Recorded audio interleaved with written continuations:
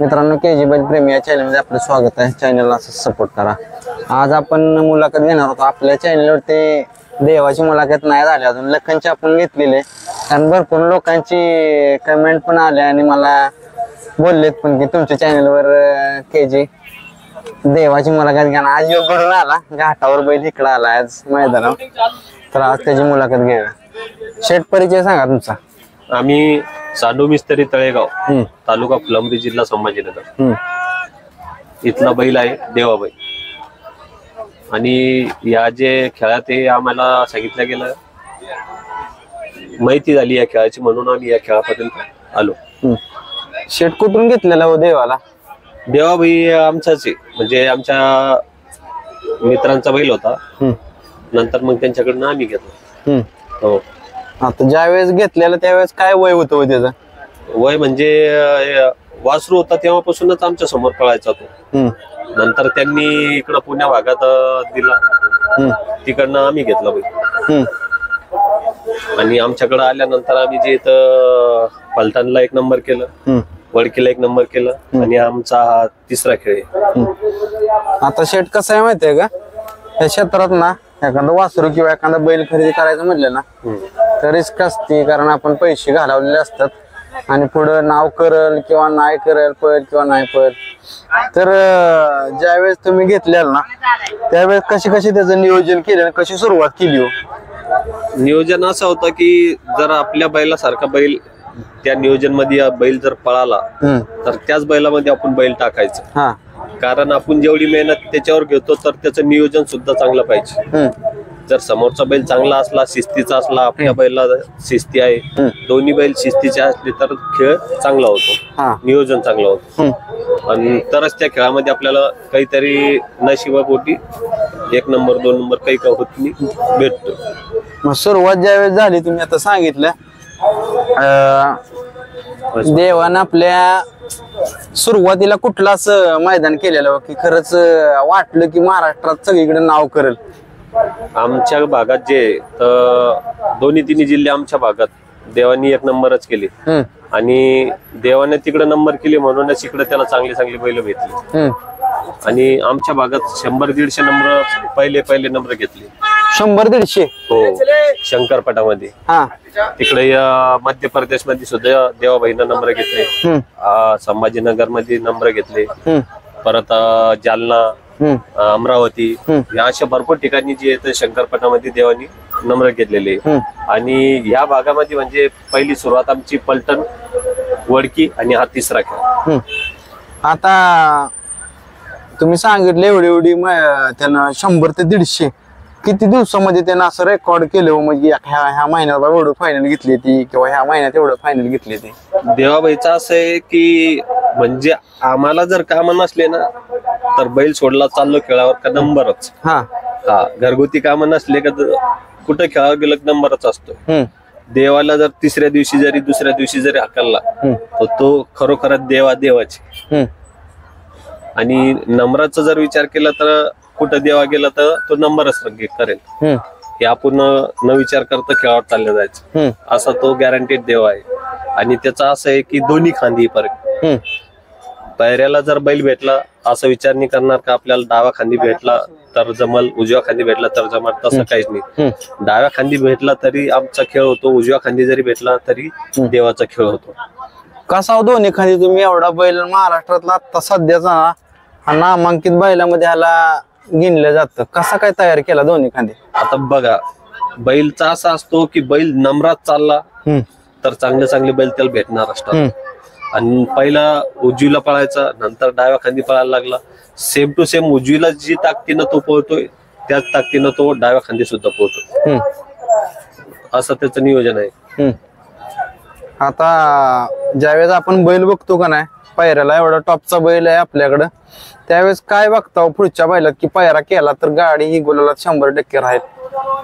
मी अगोदरच बोललो तुम्हाला, जर आपल्या बैलासारखी त्या बैला शिस्त जर असली तर विचारच नाही करायचं का आपण पहिला की दुसरा. 100% आपण पहिलाच नंबर घेऊ, कारण दोन्ही मध्ये शिस्त असते. आणि नियोजनचा अर्थ तेच आहे की दोन्हीची शिस्त बघूनच नियोजन करायचं, तर त्या खेळामध्ये त्या क्षेत्रामध्ये जे येतं काहीतरी फळ भेटतं आपल्याला.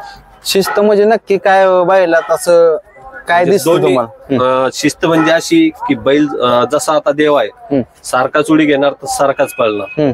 दुसरा बैल तसाच जर भेटला आपल्याला तर गाडी जी येते 1 नंबर पळते, गाडी कटतच नाही. कारण दोघांचा पळ जे येतं सारखाच निघतो. जसे आपले देवाबाई आणि लखानी सारखेच जागेवरून निघणार, सारखेच राहणार. त्याला नियोजन आणि शिस्त. आता तुमच्या इकडचा खेळ म्हणलं तर सेकंद असतो, तिथे किती अंतर किती असतंय?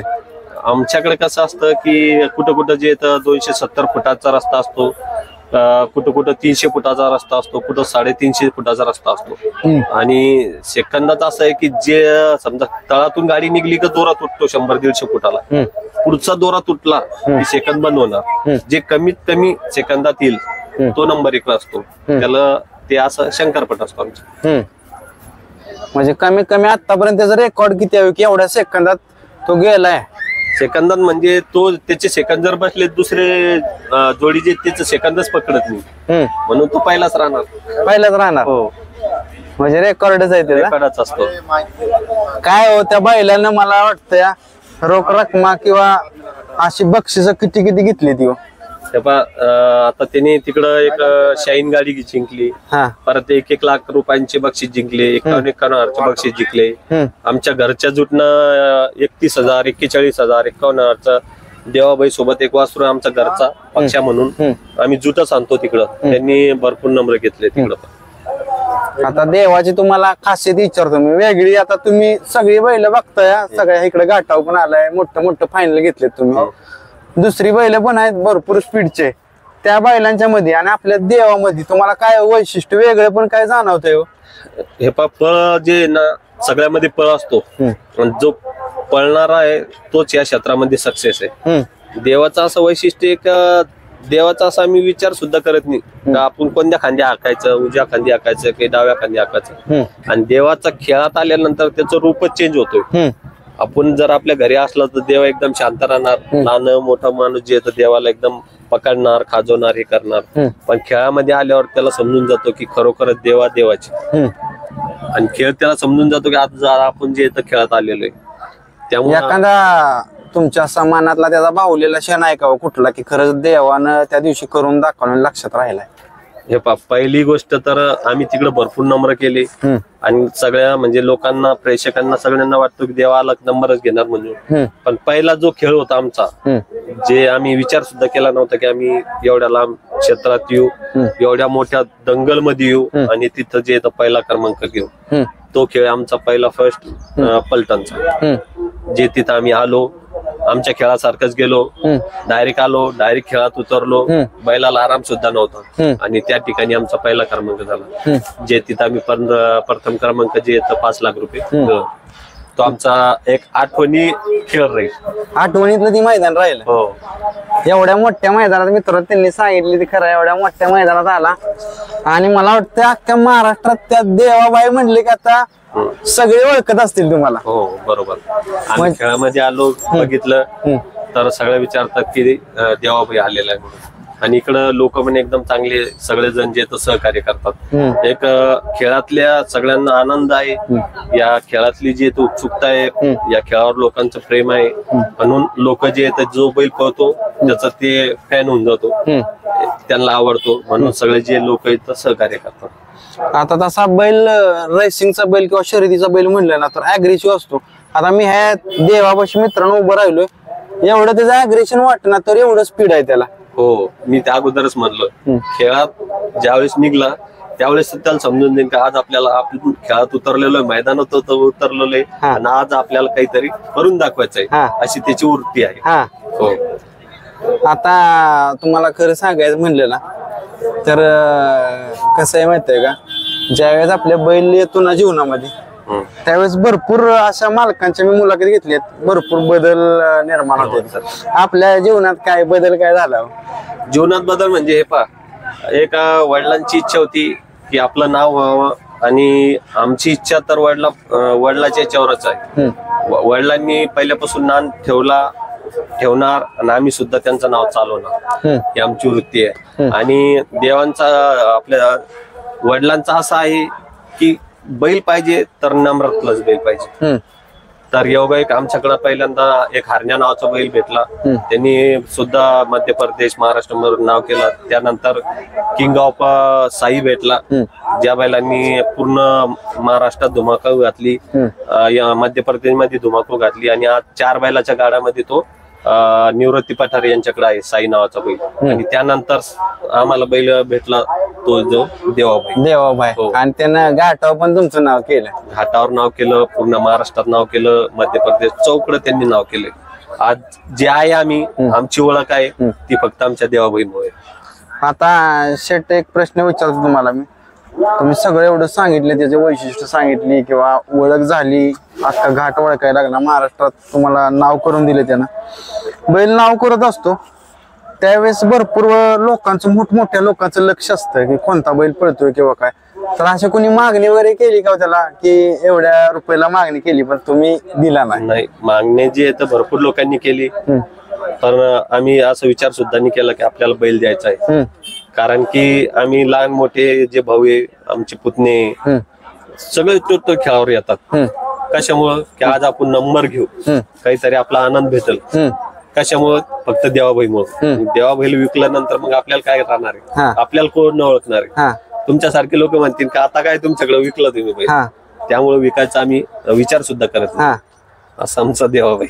म्हणजे मित्रांनो, त्यांनी एकदम असा चांगला मुद्दा सांगितला की जर देवाबाई आहे तर आमची ओळख आहे, नाही तर आम्हाला कोणी विचारणार नाही मैदानात गेलो. कारण असा मुक्का प्राणी असा असतो की आपल्या मालकाचं नाव करत असतो, जीव तोडून तो पळत असतो. आता शेट, जी महाराष्ट्राची आवडती जोडी देवा आणि लखन, या जोडीबद्दल 2 शब्द काय सांगचाल? देवा आणि लखन जे आमचे मित्र जे मनोहर चव्हाण यांचा लखन आणि आमचे वडील सांडू मिस्त्री तळेगाव यांचा देवाबाई, हे जे तर मनोहर चव्हाण यांनीच एक विचार केला की देवा आणि लखनची जोडी टाकायची. मग आम्ही तिकडं नंबर केला त्यांच्यावर.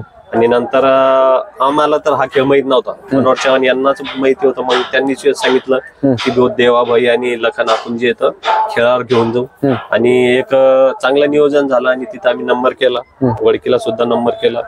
आणि खरोखरच एक आठवणी जे सांगतात की छोटा लक्ष आणि मोठा लक्ष जे पळतंय, त्यानुसारच आमचा देवा आणि लखन हे खरोखरच गाडी 1 नंबर पळते. दोन्ही जर समजा कुठं पण आलं तर आता लखन आणि देवा हे सगळ्यांच्याच तोंडावर आहे, ओठावर आहे की आज लखन आणि देवा क्षेत्रात आलेले आहे. आता कसं आहे माहिती का शेट,